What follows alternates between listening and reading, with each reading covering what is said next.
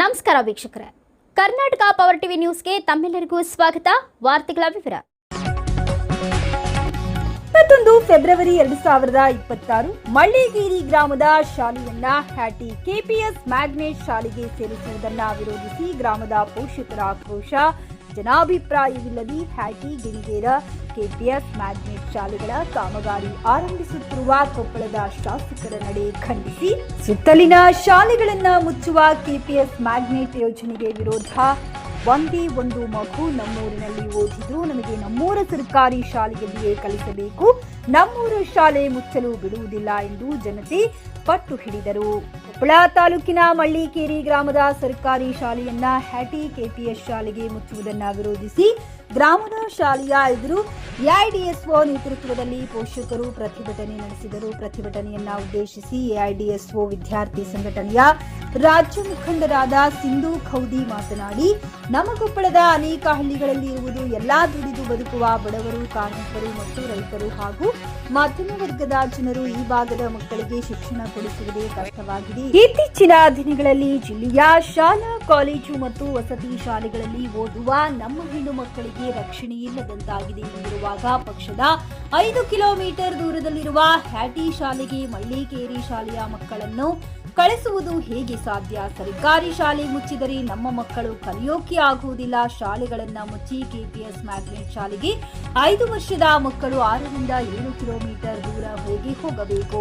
ಬಡವರ ಮಕ್ಕಳೇ ಹೆಚ್ಚು ಸಂಖ್ಯೆಯಲ್ಲಿ ದಾಖಲಾತಿ ಇರುವ ಮಳ್ಳಿಕೇರಿ ಸರ್ಕಾರಿ ಶಾಲೆ ಮುಚ್ಚುವುದು ಎಷ್ಟು ಸರಿ? ಈಗಾಗಲೇ ಮಾನ್ಯ ಕೊಪ್ಪಳದ ಶಾಸಕರು ಹ್ಯಾಟಿ ಗಿಣಿಗೇರ ಕೆಪಿಎಸ್ ಶಾಲೆಗಳ ಕಾಮಗಾರಿಗೆ ಅಧಿಕೃತವಾಗಿ ಬಹಳ ವೇಗವಾಗಿ ಚಾಲನೆ ನೀಡುತ್ತಿದ್ದಾರೆ.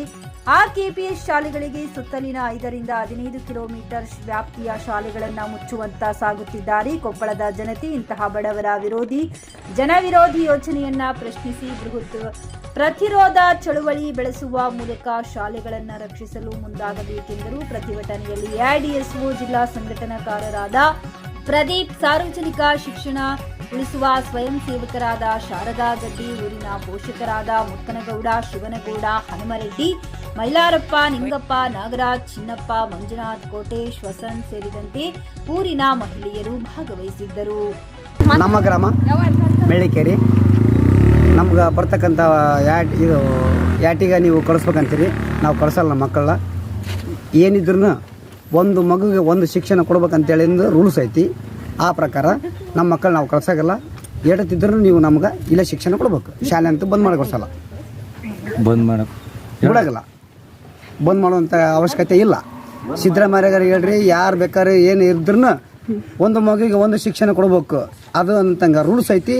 ಆ ರೂಲ್ಸ್ ನೀವು ತೊಗೊಂಬರ್ರಿ, ಈ ನಿಮ್ಮ ರೂಲ್ಸನ್ನು ನಾವು ಪಾಲನೆ ಮಾಡ್ತೀವಿ. ಆಮೇಲೆ ಪ್ರತಿಯೊಂದು ಹಳ್ಳಿಗೆ ನಮಗೆ ಶಾಲೆ ನಮ್ಮೂರು ಶಾಲೆ ನಾವು ಬಿಟ್ಟು ಕೊಡೋದಿಲ್ಲ.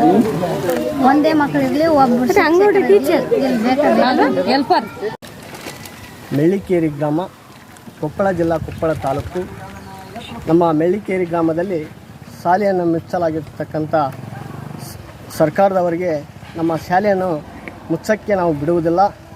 ಆದ ಕಾರಣ ನಮ್ಮ ಮಕ್ಕಳು ಎಷ್ಟೇ ವಿದ್ಯಾರ್ಥಿಗಳಿದ್ದರೂ ಇಲ್ಲಿ ನಮಗೆ ಸರಿಯಾಗಿ ವಿದ್ಯಾರ್ಥಿಗಳಿಗೆ ಶಿಕ್ಷಣ ಮತ್ತು ಸೌಲಭ್ಯ ಎಲ್ಲವನ್ನು ನಮಗೆ ಕೊಡಬೇಕೆಂದು ತಮ್ಮಲ್ಲಿ ನಾನು ವಿನಂತಿಯನ್ನು ಮಾಡಿಕೊಳ್ಳುತ್ತೀನಿ.